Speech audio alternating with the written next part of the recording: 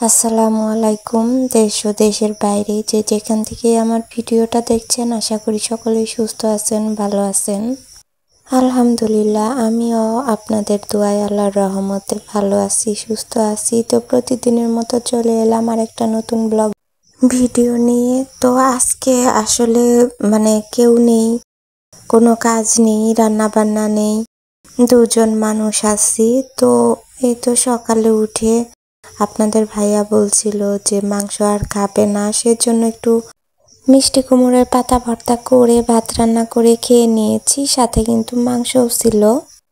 তো খাওয়া দাওয়া করে রেস্ট নিয়ে একটু ঘুমিয়েছিলাম। তারপরে উঠে ভাবলাম যে না, অলস মস্তিষ্ক শয়তানে ধরে, কথায় আছে না, নেই কাজ তো খই ভাজ। তো একটু খই টই ভাজারই চেষ্টা করি, আর কি করব। তো এই তো বিছানাটা তুলে ঘরটা সুরে আগের দিন যে কাপড়গুলো ধুয়েছিলাম ঈদের আগের দিন, সেগুলো ভাঁজ করা হয়েছিল না, রেখে দিয়েছিলাম। তো সেগুলো একটু ভাঁজ করি। আর এই তো ড্রেসিং টেবিলের উপরে অনেকগুলো জিনিস জড়ো হয়েছিল, সেগুলো গুছিয়ে নিলাম।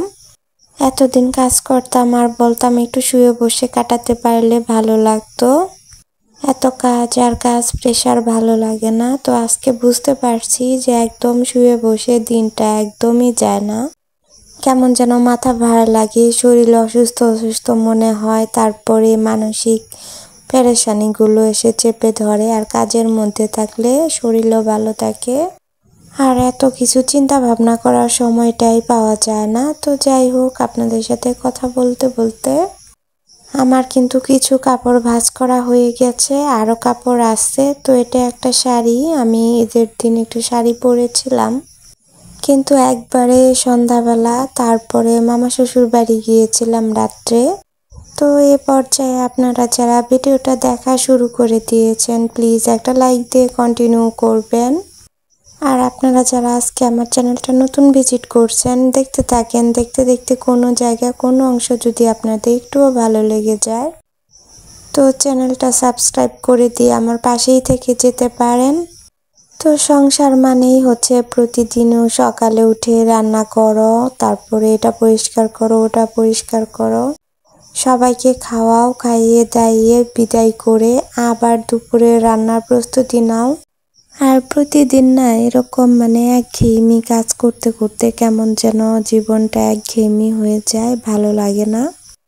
তো আপনাদের কেমন লাগে আমার প্রিয় আপুরা, যে প্রতিদিন সকালে উঠে একই কাজ, সারাদিন যতই গুছাও যতই পরিষ্কার করো, পরের দিন সকালে উঠে আবার ওই একই কাজ, একই এলোমেলো, যতই গুছিয়েছিলাম কিন্তু আবার আজকে আবার এলোমেলো হয়ে গেছে। প্রতিদিনই মনে হয় এটা একটা খেলা।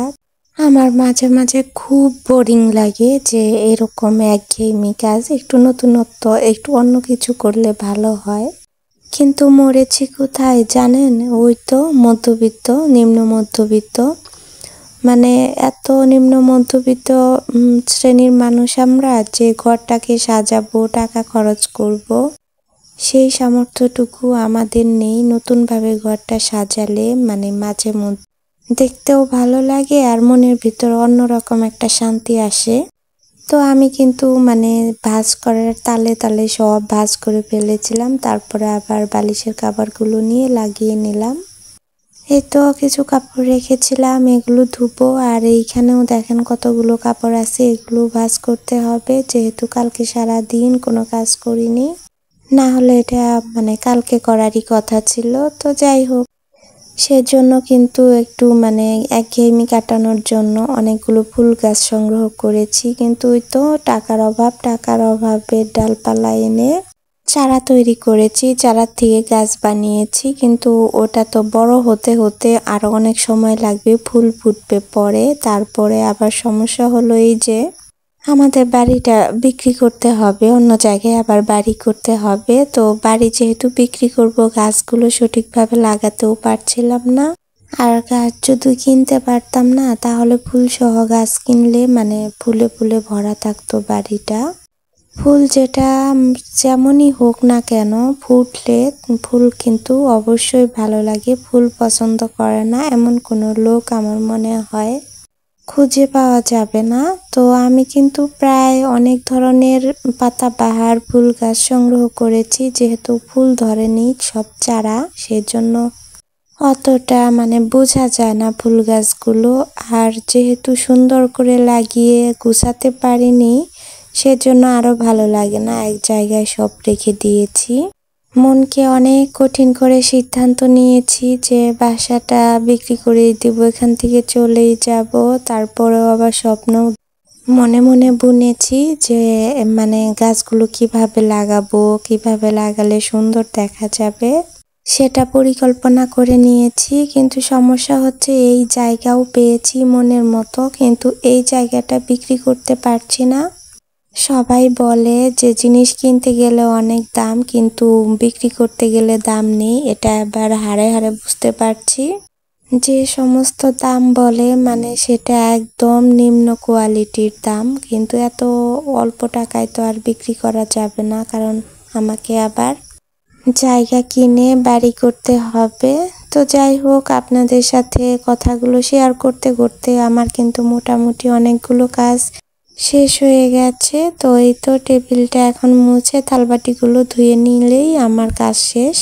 টেবিলটা মুছে নিচ্ছি, তারপরে থালবাটিগুলো ধুবো। আর এই তো কাঁঠালটা খেয়ে দেখেন এখানে রেখেছে কেমন পোকা। এগুলো কিন্তু খালি চোখে এত দেখা যায় না, ক্যামেরায় কিন্তু অনেক পোকা দেখা যাচ্ছে। এগুলো একদম ছোট ছোট যে পোকা সেগুলো। তো কাঁঠালের খোসা দিয়ে আমি সবসময় ঢেকে রাখি, আজকে কিন্তু তাই করেছি।